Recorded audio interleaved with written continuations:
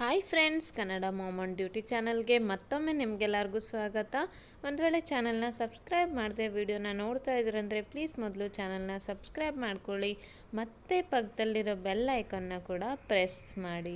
So ಇವತ್ತಿನ ವ್ಲಾಗ್ನ ನಾನು ತುಳಸಿ ಹಬ್ಬದ ಆಚರಣೆ ಯಾವ ರೀತಿ ಮಾಡಿದ್ದೀನಿ ಅಂತ ತೋರಿಸ್ಕೊಡ್ತೀನಿ. ಆ್ಯಕ್ಚುಲಿ ವ್ಲಾಗ್ನ ಮತ್ತೆ ಸೊ ಫ್ರೆಂಡ್ಸ್, ಇವಾಗ ಟೈಮ್ ನೋಡ್ಬೋದು 5:30 ಆಗಿದೆ. ಕೆಲಸ ಆಕ್ಚುಲಿ ಇವಾಗ ಸ್ಟಾಪ್ ಮಾಡಿದೆ. ತುಂಬಾನೇ ಕೆಲಸ ಇತ್ತು, ಕೆಲಸ ಏನು ಆಗ್ಲಿಲ್ಲ, ಬಟ್ ಆದ್ರೂ ಸ್ಟಾಪ್ ಮಾಡಿದೆ. ಚಿನ್ನು ಅಡ್ಗೆ ಮನೆಗೆ ಬಂದ್ರೆ ಟೀ ಎಲ್ಲ ಮಾಡಿ ಆಯ್ತು. ಮಿಲ್ಕ್ ಬಾಯ್ಲ್ ಮಾಡಿದೀನಿ. ಇದು ಕಡಲೆ ಬೇಳೆನ ನೆನೆಸ್ಬಿಟ್ಟು ಬೇಯಿಸಿ ಇಟ್ಟಿದ್ದೀನಿ. ಇದು ಇವಾಗ ನಾನು ಹೋಳಿಗೆ ಮಾಡ್ತೀನಿ. ಇವತ್ತು ಯಾಕೆ ಹೋಳಿಗೆ ಅಂತ ಅನ್ಕೊಂತಿದ್ದೀರಾ? ಇವತ್ತು ಆಕ್ಚುಲಿ ಇಲ್ಲಿ ತುಳಸಿ ಹಬ್ಬ ಎಲ್ಲರೂ ಸೆಲೆಬ್ರೇಟ್ ಮಾಡ್ತಾ ಇದ್ದಾರೆ. ಸೊ ಅದಕ್ಕೆ ತುಳಸಿ ಹಬ್ಬ ಅಲ್ವಾ, ಅದಕ್ಕೆ ಏನಾದ್ರೂ ಸ್ಪೆಷಲ್ ಮಾಡೋಣ ಅಂತ ಹೇಳಿ ಹೋಳಿಗೆ ಮಾಡ್ತಾ ಇದ್ದೀನಿ. ಮಧ್ಯಾಹ್ನನೇ ನೆನ್ಸಿದ್ದೆ. ಸೊ ಇವಾಗ ಜಸ್ಟ್ ಟೀ ಮಾಡುವಾಗ ಇದಕ್ಕೆ 1 ಸೀಟಿ ಹಾಕ್ಬಿಟ್ಟು ಬಾಯ್ಲ್ ಮಾಡಿದೀನಿ. ಇನ್ನು ಮುಂದೆ ಮಾಡ್ತೀನಿ, ನಿಮ್ ಜೊತೆ ಶೇರ್ ಮಾಡ್ತೀನಿ ಹೇಗೆ ಅಂತೇಳಿ. ಚಿನ್ನು ಎಂತ ತಿಂತಿದ್ದೆ ಬಾಬು? ಇಲ್ಲ ಬಾಬು, ಹಬ್ಬು ಆಯ್ತಾ ಮಗ? ಎಲ್ಲ ಹಬ್ಬು ಆಯ್ತ? ಹೊಡಿಯೋದಕ್ಕೆ ಇದಕ್ ಹೊಡಿ. ಹಬ್ಬು ಮಾಡ್ತಲ್ಲ ಅದ, ಹೊಡಿಯೋದಕ್ಕೊಂದ ನಾನ ಅಮ್ಮನ. ಹ ಏಯ್, ಚಿನ್ನಗ್ ಹೊಡ್ದ್ಯಾ? ಹ ಬಸ್. ಹಾ, ಇಲ್ಲ ಇಲ್ಲ ಇಲ್ಲ. ಸೊ ಅವಳು ಜಸ್ಟ್ ಎದ್ದೇಳಿದ್ದಾಳೆ. ಸೊ ಒಂದ್ ಬಿಸ್ಕಿಟ್ ಹಿಡ್ಕೊಂಡು ಆವಾಗ್ಲಿಂದ ಆಟ ಆಡ್ತಾ ಇದ್ದಾಳೆ ಅಲ್ದಾ? ಹಾ, ಬಾಲ್ ಹೊರಗಿತ್ ಕಣ್. ತುಳಸಿ ಗಿಡ ಇಲ್ಲಿದೆ. ನಿನ್ನೆ ಹೋಗ್ಬಿಟ್ಟು ಕಬ್ಬು ತಗೊಂಡ್ ಬಂದೆ. ಅದು ಒಂದೇ ತಂದಿದ್ದೆ. ಆಕ್ಚುಲಿ ಮಾರ್ಕೆಟ್ ಅಲ್ಲಿ ಮತ್ತೇನು ಸಿಗ್ಲಿಲ್ಲ. ನೆಲ್ಲಿಕಾಯಿ ಆಗಿರ್ಬೋದು, ಇಲ್ಲ ಹುಣಸೆ ಹಣ್ಣು. ಊರಲ್ಲಿ ಅದೆಲ್ಲ ಸಿಗುತ್ತೆ. ಸೊ ಎಲ್ಲ ಹಾಕ್ತಾರೆ. ಏನ್ ಸಿಗುತ್ತೋ ಅದರಿಂದ ಮಾಡ್ಕೊಳ್ತೀನಿ. ಇವಾಗ ಟೈಮ್ ಸಿಕ್ಕಿದ್ರೆ ಒಂದ್ ರೌಂಡ್ ಹೋಗಿ ಬರ್ತೀನಿ. ಇಲ್ಲಾಂದ್ರೆ ಇದನ್ನ ಹಾಕ್ಬಿಟ್ಟು ಸಿಂಪಲ್ ಆಗಿ ಪೂಜೆ ಮಾಡ್ಕೊಳ್ತೀನಿ.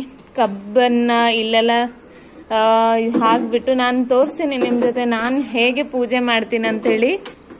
ಸೊ ಇವಾಗ ಕೆಲಸ ತುಂಬಾನೇ ಇದೆ. ಇದ್ಯಾರು? ಚಿನ್ನು. ಇದ್ಯಾರು ಮೇಲಿದ್ದದ ಯಾರು? ಹಾ, ಅಮ್ಮನಿಗೊಂದು ಕಿಸ್. ಅಲ್ಲ ನನ್ಗೆ ಇಲ್ಲ ಇಲ್ಲ. ಸೊ ಅಲ್ಲಿ ಕೆಳಗಡೆ ಎಲ್ಲರೂ ಮ್ಯಾಚ್ ಆಡ್ತಾ ಇದ್ದಾರೆ. ತುಂಬಾ ಹುಡುಗರೆಲ್ಲ ಇದ್ದಾರೆ, ಮ್ಯಾಚ್ ಆಡ್ತಾ ಇದ್ದಾರೆ. ಅಲ್ಲಿ ನಿಮ್ಗೇನೋ ಕಾಣಿಸ್ಬೋದು. ಆಕ್ಚುಲಿ ಏನಾಗಿತ್ತು, ಒಂದ್ಸಲ ಗಣಪತಿ ಟೈಮಲ್ಲಿ ನಾನು ತೋರಿಸಿದ್ದೆ. ಈ ಕಡೆ ಅಂದ್ರೆ ಗಣಪತಿನ ವಿಸರ್ಜನೆ ಮಾಡೋದಕ್ಕಂತೇಳಿ ಹಾಕಿದ್ರು, ಅಂದ್ರೆ ಸಿಮೆಂಟ್ ಎಲ್ಲ ಹಾಕ್ಬಿಟ್ಟು ಮಾಡ್ತಾ ಇದ್ರು, ಇಟ್ಟಿಗೆಲ್ಲ ಹಾಕಿ. ಬಟ್ ಅದು ತುಂಡೋಗಿತ್ತ, ಬಿದ್ದೋಗ್ಬಿಟ್ಟಿತ್ತು. ಆವಾಗ ಏನೋ ಗಾಳಿಯಿಂದನೇನು ಅದೇ ಕಲ್ಲನ್ನ ಯೂಸ್ ಮಾಡ್ಬಿಟ್ಟು ಅಲ್ಲಿ ನೋಡ್ಬೋದು, ಅಲ್ಲಿ ತುಳಸಿ ಕಟ್ಟೆನ ಮಾಡಿದ್ದಾರೆ. ನಿಮ್ಗೆ ತೋರ್ಬಹುದೇನೋ, ಐ ಥಿಂಕ್ ಇವಾಗ ಕಾಣಿಸ್ಬೋದು, ನೋಡ್ಬೋದು. ಇಲ್ಲಿ ತುಳಸಿ ಕಟ್ಟೆನ ಮಾಡ್ತಾ ಇದ್ದಾರೆ. ಸೊ ಅದಕ್ಕೆ ಏನ್ ಮಾಡ್ತಾ ಇದಾರೆ ಅಂದ್ರೆ ಹೊರಗಡೆಯಿಂದ ಎಲ್ಲ ಪೇಂಟಿಂಗ್ ಮಾಡ್ತಾ ಇದ್ದಾರೆ. ನಾನಿನ್ನು ಕ್ಲೋಸ್ ಅಲ್ಲಿ ನೋಡ್ತೀನಿ, ಸಂಜೆ ಆದ್ರೆ ಹೋಗಿ ನೋಡ್ತೀನಿ ಹೇಗ್ ಮಾಡಿದ್ದಾರೆ ಅಂತೇಳಿ. ಸೊ ಇಲ್ಲಿ ಪೇಂಟಿಂಗ್ ಮಾಡ್ತಾ ಇದ್ದಾರೆ. ಈ ಕಡೆಯಿಂದ ಒಂದು ಕೃಷ್ಣ ಕಾಣಿಸ್ತಾ ಇದೆ. ಆ ಕಡೆ ಎಲ್ಲ ಏನ್ ಪೇಂಟಿಂಗ್ ಮಾಡಿದ್ದಾರೆ ಅಂತ ಗೊತ್ತಿಲ್ಲ, ಕಾಣಿಸ್ತಾ ಇಲ್ಲ. ಸೊ ಕೃಷ್ಣ ಕ್ಲಿಯರ್ ಆಗಿ ಕಾಣಿಸ್ತಾ ಇದೆ. ತುಂಬಾ ಚೆನ್ನಾಗಿ ಮಾಡ್ತಾ ಇದ್ದಾರೆ. ಆಮೇಲೆ ಸಂಜೆ ಕೆಳಗಡೆ ಹೋದಾಗ ನಾನು ನಿಮ್ಗೆ ಕ್ಲಿಯರ್ ಆಗಿ ತೋರಿಸ್ತೀನಿ ಯಾವ ರೀತಿ ಮಾಡಿದ್ದಾರೆ ತುಳಸಿ ಕಟ್ಟೆನ ಅಂತೇಳಿ. ಸೊ ಇದೆಲ್ಲ ಆದಮೇಲೆ ನಾನು ಕೆಳಗಡೆ ಹೋಗಿದ್ದೆ.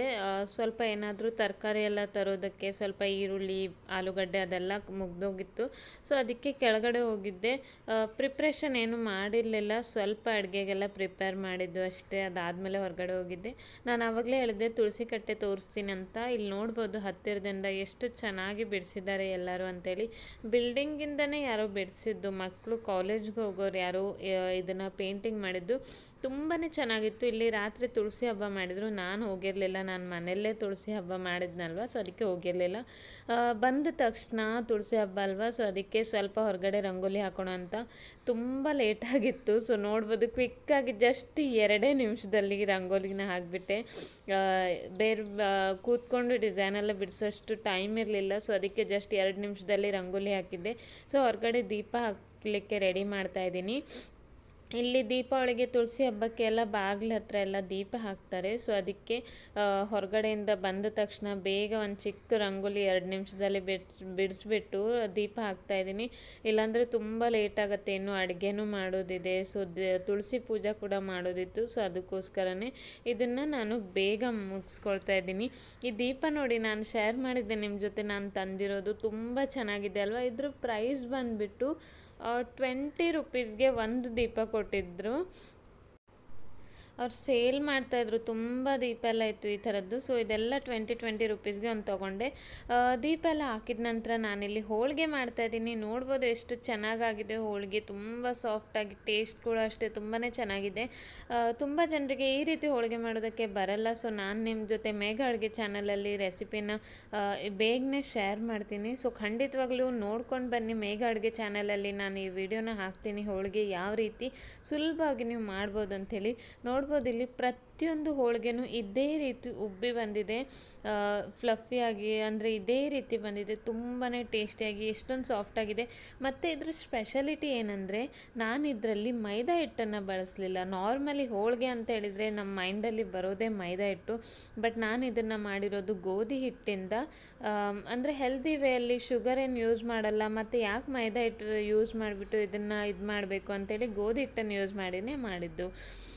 ಸೊ ಅದೆಲ್ಲ ಆದಮೇಲೆ ತುಳಸಿ ಪೂಜೆ ಮಾಡಿದ್ದೆ, ಸಿಂಪಲ್ಲಾಗಿ ಮಾಡಿದ್ದೆ. ಜಸ್ಟ್ ಕಬ್ಬೆಲ್ಲ ಇಟ್ಬಿಟ್ಟು ಹೋಳಿಗೆ, ನೀರು, ಅವಲಕ್ಕಿ ಪ್ರಸಾದ ಮಾಡಿದ್ದೆ ದೇವ್ರಿಗೆ. ತುಳಸಿ ಹಬ್ಬಕ್ಕೆ ಮೇನಾಗಿ ಮಾಡೋದು ಅವಲಕ್ಕಿ ಪ್ರಸಾದ ಅಷ್ಟೇ. ಸೊ ಅವಲಕ್ಕಿ ಪ್ರಸಾದ ಕೂಡ ಮಾಡಿ ಎಲ್ಲ ನೈವೇದ್ಯಕ್ಕೆ ಇಟ್ಬಿಟ್ಟು ಹೊರಗಡೆನೇ ಪೂಜೆ ಮಾಡಿದೆ. ಇವಳು ನೋಡಿ ಕೈ ಮುಗಿತಾ ಇದ್ದಾಳೆ ದೇವ್ರಿಗೆ. ಸೊ ಕೆಳಗಡೆ ಕೂಡ ಎಲ್ಲ ತುಂಬ ಜನ ಇದ್ದಾರೆ, ಅಲ್ಲಿ ಪೂಜೆ ಮಾಡ್ತಾ ಇದ್ದಾರೆ, ಲೈಟ್ಸ್ ಎಲ್ಲ ಹಾಕಿದ್ದಾರೆ. ಸೊ ಕೆಳಗಡೆ ಕೂಡ ತುಂಬ ಜನ ಪೂಜೆ ಮಾಡ್ತಾ ಇದ್ದಾರೆ, ಬಟ್ ನಾನು ಹೋಗಲೇ ಇಲ್ಲ ಕೆಳಗಡೆ. ಅದಾದಮೇಲೆ ಅನ್ನ ಮಾಡಿದೆ, ತುಳಸಿ ಪೂಜೆ ಎಲ್ಲ ಮಾಡಿದ ಮೇಲೆ ಹೋಳಿಗೆ ನೋಡ್ಬೋದು ಎಷ್ಟೊಂದು ಮಾಡಿದ್ದೀನಿ ಅಂತ, ತುಂಬ ಮಾಡಿಬಿಟ್ಟಿದೆ ಹೋಳಿಗೆ. ಮತ್ತು ಅವಲಕ್ಕಿ ಪ್ರಸಾದ ಮಾಡಿದೆ, ಅನ್ನ ಮಾಡಿದೆ. ಅದಾದಮೇಲೆ ಆಮೇಲೆ ರಸಮ್ ಮಾಡಿದೆ. ನಾನು ಬೇರೆ ಏನಾದರೂ ಮಾಡಬೇಕಂತ ಅಂದ್ಕೊಂಡೆ, ಬಟ್ ತುಂಬ ಲೇಟ್ ಆಗುತ್ತೆ. ಸೊ ಅದಕ್ಕೆ ನಾನು ರಸಮ್ಮೇ ಮಾಡಿದೆ. ರಸಮ್ ಆದರೆ ಏನಾಗುತ್ತೆ ಅಂದರೆ ಕ್ವಿಕ್ಕಾಗಿ ಆಗಿಬಿಡುತ್ತೆ. ಸೊ ಮೋಸ್ಟ್ಲಿ ನಾನು ರಸಮ್ ಮಾಡ್ತೀನಿ, ಇಲ್ಲಾಂದರೆ ಬೇಳೆ ಸಾರು ಮಾಡ್ತೀನಿ. ಸಾಂಬಾರೆಲ್ಲ ನೀವು ನೋಡಿರ್ಲಿಕ್ಕಿಲ್ಲ, ನಾನು ತುಂಬ ಕಡಿಮೆ ಮಾಡೋದು. ಫಿಶ್ ರಸ ಯಾವಾಗಾದರೂ ಮಾಡ್ತೀನಿ ಅಷ್ಟೇ, ಬಿಟ್ಟರೆ ಸಾಂಬಾರು ಮಾಡೋದು ತುಂಬ ಕಡಿಮೆ. ಅಷ್ಟೊಂದು ಇಷ್ಟನೂ ಆಗಲ್ಲ ನನಗೆ ಸಾಂಬಾರೆಲ್ಲ. ರಸಮ್ ಮತ್ತು ದಾಲ್ ಅಂದರೆ ತುಂಬ ಇಷ್ಟ ಆಗುತ್ತೆ. ಸೊ ಅಡುಗೆ ಎಲ್ಲ ಮಾಡಿದ್ನ. ಇದಾದಮೇಲೆ ಇದ್ರ ಜೊತೆಗೆ ನಾನು ಹೆಸರುಬೇಳೆ ಕೋಸಂಬರಿನ ಕೂಡ ಮಾಡಿದ್ದೆ. ನೀವು ಮದುವೆ ಮನೆಯಲ್ಲೆಲ್ಲ ತಿಂದಿರ್ಬೋದು ಹೆಸರುಬೇಳೆ ಕೋಸಂಬರಿ, ತುಂಬಾ ಚೆನ್ನಾಗಿರುತ್ತೆ. ಸೊ ಅದಕ್ಕೆ ರಸಮ್ ಮಾಡಿದ್ನಲ್ಲ, ಸ್ಪೆಷಲ್ ಆಗಿರಲಿ ಅಂಥೇಳಿ ನಾನು ಅದನ್ನು ಕೂಡ ಮಾಡಿದ್ದೆ. ಸೊ ಇದೆಲ್ಲ ಆದಮೇಲೆ ಪಾತ್ರೆ ಮಾತ್ರ ತುಂಬ ರಾಶಿಯಾಗಿತ್ತು. ಸೊ ಊಟ ಮಾಡಿದ ಮೇಲೆ ಮತ್ತೆ ಪಾತ್ರೆ ತೊಳೆಯೋದಂದರೆ ತುಂಬಾ ಆಗಿತ್ತು, ತುಂಬ. ಮತ್ತು ಅಲ್ಲಿ ಇಡೋದಕ್ಕೂ ಜಾಗ ಇದ್ದಿರಲಿಲ್ಲ. ನಿಮಗೆ ಆ ಬ್ಯಾಸ್ಕೆಟ್ ಇದ್ದಿರೋದ್ರಿಂದ ಕಾಣಿಸ್ತಾ ಇಲ್ಲ, ತುಂಬ ಮೇಲ್ಗಡೆ ತನಕ ಫುಲ್ ಪಾತ್ರೆನೇ ಆಗಿತ್ತು. ಸೊ ಅದಕ್ಕೆ ನಾನೇನು ಮಾಡಿದೆ, ಫಸ್ಟು ಅಂದರೆ ಜಸ್ಟ್ ಇವಾಗ ಟೈಮ್ 9:30 ಆಗಿತ್ತು. ಸೊ ಅದಕ್ಕೆ ಮೊದಲು ಪಾತ್ರೆನೇ ತೊಳ್ಕೊಂಡು ಬಿಡೋಣ ಅಂತ ತೊಳಿತಾ ಇದ್ದೀನಿ. ಅದಾದಮೇಲೆ ನಾನು ಪಕ್ಕದ ಮನೆಯವರಿಗೆಲ್ಲ ಇದನ್ನೆಲ್ಲ ಕೊಟ್ಟಿದ್ದೆ, ಹೋಳಿಗೆ, ಅವಲಕ್ಕಿ ಅದೆಲ್ಲ ಕೊಟ್ಟಿದ್ದೆ ಪ್ರಸಾದ ಅಂಥೇಳಿ. ನಾನಿಲ್ಲಿ ಯಾವಾಗಾದರೂ ಕೊಡ್ತೀನಿ, ಅಂದರೆ ಏನಾದರೂ ಸ್ಪೆಷಲ್ ಮಾಡಿದಾಗ ಪಕ್ಕದ ಮನೆಯಲ್ಲೆಲ್ಲ ಕೊಡ್ತೀನಿ, ಅವ್ರು ಕೂಡ ಕೊಡ್ತಾರೆ. ಸೊ ಅದಕ್ಕೆ ನಾವು ಕೊಡ್ತೀವಿ, ಈ ಥರದ್ದೆಲ್ಲ ಎಕ್ಸ್ಚೇಂಜಸ್ ನಡೀತಾನೆ ಇರುತ್ತೆ.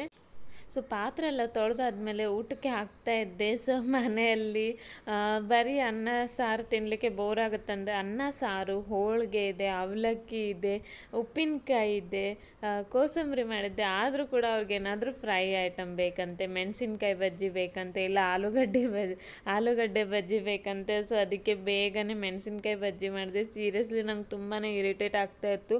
ಇಷ್ಟೊಂದೆಲ್ಲ ಮಾಡಿಬಿಟ್ಟು ಸುಸ್ತಾಗಿತ್ತು. ಬೇಗ ಊಟ ಮಾಡೋಣ ಅಂತ ಅಂದ್ಕೊಂಡ್ರೆ ಮತ್ತೆ ಏನಾದರೂ ಒಂದು ಮಾಡಲಿಕ್ಕೆ ಹೇಳಿದ್ರೆ ತುಂಬ ಇರಿಟೇಟ್ ಆಗುತ್ತೆ, ಬಟ್ ಏನು ಆಪ್ಷನ್ ಇಲ್ಲ, ಮಾಡಲೇಬೇಕಾಗಿತ್ತು. ಸೊ ಮಾಡಿಬಿಟ್ಟೆ. ಇಲ್ಲಿ ನೋಡ್ಬೋದು ಅನ್ನ, ಹೆಸರುಬೇಳೆ ಕೋಸಂಬರಿ, ಉಪ್ಪಿನಕಾಯಿ, ಆಮೇಲೆ ಮೆಣಸಿನ್ಕಾಯಿ ಬಜ್ಜಿ ರೆಡಿ ಮಾಡ್ತಾಯಿದ್ದೀನಿ. ರಸಮ್ ರೆಡಿಯಾಗಿದೆ. ಸೊ ಇಲ್ಲಿ ಬಜ್ಜಿ ಒಂದು ಕ್ರಿಸ್ಪಿಯಾಗಿ ಫ್ರೈ ಮಾಡಿದರೆ, ಸೊ ಇದು ನಮ್ಮ ರಾತ್ರಿ ಡಿನ್ನರ್, ಸ್ಪೆಷಲ್ ಡಿನ್ನರ್ ತುಳಸಿ ಹಬ್ಬಕ್ಕೆ ರೆಡಿ ಆಗುತ್ತೆ. ಸೊ ಇದನ್ನೇ ನಾನು ಮಾಡಿದ್ದು. ಹೋಳಿಗೆ ಆವಾಗಲೇ ತಿಂದ್ವಿ, ತುಳಸಿ ಪೂಜೆ ನಂತರನೇ ಹೋಳಿಗೆ ತಿಂದ್ವಿ. ಸೊ ಇವಾಗೇನು ತಿನ್ಲಿಕ್ಕೆ ಹೋಗಲಿಲ್ಲ, ಬೆಳಿಗ್ಗೆನೇ ಹೋಳಿಗೆನೇ ತಿಂದ್ವಿ ನಾವು, ತುಂಬ ಉಳಿದಿತ್ತು. ಸೊ ಅದಕ್ಕೋಸ್ಕರನೇ. ಸೊ ಹೋಳಿಗೆ ಎಲ್ಲ ಮಾಡೋದು ಅಪರೂಪ ಅಲ್ವಾ, ಸೊ ಅದಕ್ಕೆ ಸ್ವಲ್ಪ ಜಾಸ್ತಿನೇ ಮಾಡ್ಕೊಂಡು ಬಿಡ್ತೀನಿ. ಅಂದರೆ ಜಾಸ್ತಿನೇ ತಿನ್ನೋಣ, ನೆಕ್ಸ್ಟ್ ದಿನ ಕೂಡ ಉಳಿದ್ರೂ ಪರವಾಗಿಲ್ಲ, ಜಾಸ್ತಿ ತಿನ್ನೋಣ ಅಂತ ಹೇಳಿಬಿಟ್ಟು. ಸೊ ಊಟ ಎಲ್ಲ ಆದಮೇಲೆ ಪಾತ್ರೆ ತೊಳೆದ್ಬಿಟ್ಟಿದ್ದೀನಿ. ಅಲ್ಲಿ ನೋಡ್ಬೋದು ನೀವು, ಅದು ಬೆಳಿಗ್ಗೆ ನೀರು ಬರುತ್ತಲ್ವ, ಸೊ ನೀರು ತುಂಬಿಸಿ ಇಡಲಿಕ್ಕೆ ನಾವು ಇದನ್ನೆಲ್ಲ ವಾಶ್ ಮಾಡಿ ರಾತ್ರಿನೇ ಇಟ್ಕೊಂಡು ಬಿಡ್ತೀವಿ. ಬೆಳಿಗ್ಗೆ ಡೈರೆಕ್ಟಾಗಿ ನೀರನ್ನು ಅದರಲ್ಲಿ ತುಂಬಿಸ್ಕೊಳ್ತೀವಿ. ಸೊ ಎಲ್ಲ ಆಗಿದೆ. ಮಗಳನ್ನು ಕೂಡ ಮಲಗಿಸ್ಬಿಟ್ಟಿದ್ದೀನಿ, ಅವಳು ಕೂಡ ಮಲಗಿದ್ದಾಳೆ. ನೀವು ಅಂದ್ಕೊಳ್ಬೋದು ಅವಳು ಮಲಗಿದ್ದಾಳೆ, ಮತ್ತೇನು ಕೆಲಸ ಮಾಡ್ತಾಯಿದ್ದೀನಿ ಅಂತ. ಏನಿಲ್ಲ ಫ್ರೆಂಡ್ಸ್, ಅವಳಿಗೆ ಸ್ವಲ್ಪ ಕಫ ಆಗಿದೆ. ನಾನು ನಿನ್ನೆನೇ ಹೇಳಿದ್ದೆ ಅವಳು ತುಂಬ ಹಠ ಮಾಡ್ತಾಯಿದ್ಲು ಅಂತ. ಆಮೇಲೆ ಇವತ್ತು ಬೆಳಿಗ್ಗೆ ಎದ್ದು ನೋಡಿದ್ರೆ ಅವಳಿಗೆ ಸ್ವಲ್ಪ ಕಫ ಆಗಿದೆ, ಅಂದರೆ ಕೆಮ್ಮು ಮತ್ತು ಕಫ ಇದೆ ಸ್ವಲ್ಪ. ಸೊ ಹೇಳಿದ್ದೆ ಹೋಮ್ ರೆಮಿಡೀಸ್ ಏನಾದರೂ ಮಾಡ್ತೀನಂತ, ಅದನ್ನೇ ಮಾಡ್ತಾಯಿದ್ದೀನಿ. ಅವಳು ಮಲಗಿದ್ದಾಳೆ. ಸೊ ಸ್ವಲ್ಪ ಒಂದು ಚಿಕ್ಕ ಇದರಲ್ಲಿ ಬೆಳ್ಳುಳ್ಳಿ, ಆಮೇಲೆ ತುಳಸಿ ಎಲೆ, ಅದಾದಮೇಲೆ ಒಂದೆರಡು ಲವಂಗ, ಅದನ್ನು ತೊಗೊಂಡ್ಬಿಟ್ಟು ತೆಂಗಿನ ಎಣ್ಣೆಯಲ್ಲಿ ಬಿಸಿ ಮಾಡ್ಕೊಳ್ಬೇಕು. ನಿಮ್ಗೆ ಯಾರಿಗಾದರೂ ಯೂಸ್ಫುಲ್ ಆಗುತ್ತೆ ಅಂತ ನಾನು ಹೇಳ್ತಾ ಇದ್ದೀನಿ. ಬೆಳ್ಳುಳ್ಳಿ, ತುಳಸಿ ಎಲೆ ಮತ್ತು ಲವಂಗ ಇದನ್ನು ಚೆನ್ನಾಗಿ ಬಿಸಿ ಮಾಡಿ ನೀವು ಯಾವುದ್ರಲ್ಲಾದರೂ. ಮಕ್ಕಳು ಮಲಗಿದ ನಂತರ ಮಕ್ಕಳು ಎದೆ ಹತ್ತಿರ ಎಲ್ಲ ಈ ಎಣ್ಣೆನ ಸ್ವಲ್ಪ ಹಚ್ಚಿಬಿಡಿ. ಎದೆ ಹತ್ತಿರ, ಪಾದದ ಹತ್ರ ಎಲ್ಲ ಈ ಎಣ್ಣೆನ ಹಚ್ಚಿಬಿಡಿ. ತುಂಬಾ ಯೂಸ್ ಆಗುತ್ತೆ. ಕಫ ತುಂಬ ಚೆನ್ನಾಗಿ ಕರಗುತ್ತೆ. ಸೊ ಅದಕ್ಕೋಸ್ಕರ ನಾನು ಇದನ್ನು ಶೇರ್ ಮಾಡ್ತಾ ಇದ್ದೀನಿ ನಿಮ್ಮ ಜೊತೆ. ತುಂಬ ಜನರಿಗೆ ಇದೆಲ್ಲ ಗೊತ್ತಿರೋದಿಲ್ಲ. ಆ್ಯಕ್ಚುಲಿ ಇದು ನನಗೆ ಕೂಡ ಮೊದಲು ಗೊತ್ತಿರಲಿಲ್ಲ. ನನ್ನ ಪಕ್ಕದ ಮನೆಯವ್ರು ಹೇಳಿದ ನಂತರ ನಾನು ಫಸ್ಟ್ ಕಫ ಎಲ್ಲ ಆದಾಗ ಇದನ್ನೇ ಮಾಡ್ತಾಯಿದ್ದೀನಿ. ನಿಮ್ಮ ಮಕ್ಕಳು ತುಂಬ ಚಿಕ್ಕವರಿದ್ದರೂ ಕೂಡ ಪರವಾಗಿಲ್ಲ, ನೀವು ಇದನ್ನೆಲ್ಲ ಯೂಸ್ ಮಾಡಿ. ಯಾವತ್ತೂ ಹೊರಗಿನ ಮೆಡಿಸಿನ್ ಮಕ್ಕಳಿಗೆ ಅಷ್ಟೊಂದು ಒಳ್ಳೆಯದಲ್ಲ. ನಿಮಗೆ ಕೂಡಲೇ ಗುಣ ಆಗ್ಬೋದು, ಬಟ್ ಅಷ್ಟೊಂದು ಒಳ್ಳೆಯದಲ್ಲ. ಈ ರೀತಿದೆಲ್ಲ ಹೋಮ್ ರೆಮಿಡೀಸ್ ಮಾಡಿ. ನಾನು ಬಿಸಿ ನೀರು ಕುಡಿಸ್ತೀನಿ, ಸ್ನಾನಕ್ಕೆ ಕೂಡ ತುಂಬ ಬಿಸಿ ಬಿಸಿ ನೀರು ತೊಗೊಳ್ತೀನಿ. ಸೊ ಅದೆಲ್ಲ ತುಂಬ ಯೂಸ್ ಆಗುತ್ತೆ ಕೋಲ್ಡ್ ಕಫ ಎಲ್ಲ ಇದ್ದಾಗ. ಅದಾದ ನಂತರ ಇದನ್ನು ಕೂಡ ಸ್ವಲ್ಪ ಬಿಸಿ ಮಾಡಿಬಿಟ್ಟು ನೀವು ನೋಡ್ಕೊಳ್ಳಿ, ಅಂದರೆ ಜಾಸ್ತಿ ಬಿಸಿಯೆಲ್ಲ ಎದೆಗೆ ಹಚ್ಚೋದಕ್ಕೆ ಹೋಗಬೇಡಿ, ಸ್ವಲ್ಪ ಬಿಸಿ ಇದ್ದರೆ ಸಾಕಾಗುತ್ತೆ.